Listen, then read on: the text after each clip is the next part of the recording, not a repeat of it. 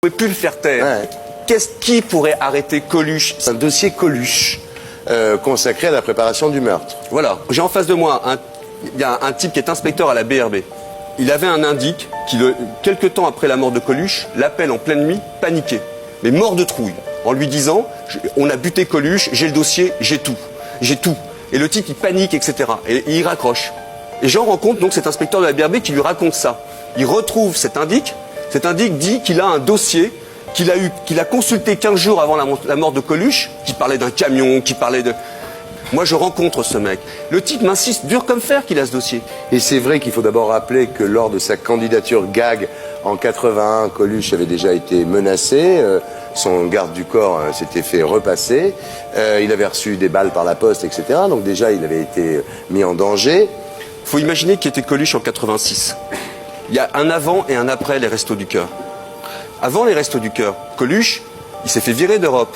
Il se fait remercier de Radio Monte-Carlo. Il se fait remercier à la télévision. Ouais. C'est un type, il faisait sale comble, les gens qui venaient le voir, qui remplissaient Bobino ou Gymnase, etc. Mais on pouvait le virer. En 81, quand il se présente, et qu'il y a 16% qui disent avoir envie de voter pour lui. Bon, c'est un type, après les Restos du Cœur, en 3 mois, 8,5 millions de repas. Le type, il devient intouchable. Saint-Coluche, 71% des Français le trouvent sympathique. Le mec, qui pourrait arrêter Coluche si au Zénith en septembre, il allait pas forcément balancer sur Mazarine, ça j'en sais rien, mais même, il balançait, il disait lui-même que les politiques allaient déguster, qu'ils avaient peur, maintenant il allait leur faire honte, que tous ceux qui lui promettaient de l'argent par exemple, il allait en parler. Ouais.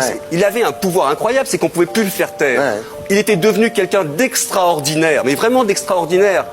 En juin 86. Est-ce qu'en 88, Coluche n'aurait pas été au présidentiel? Qu'est-ce qu'on en sait? Aujourd'hui, quand on demande à Paul Lederman, je l'ai lu dans Télérama, qu'aurait fait Coluche aujourd'hui? De la politique.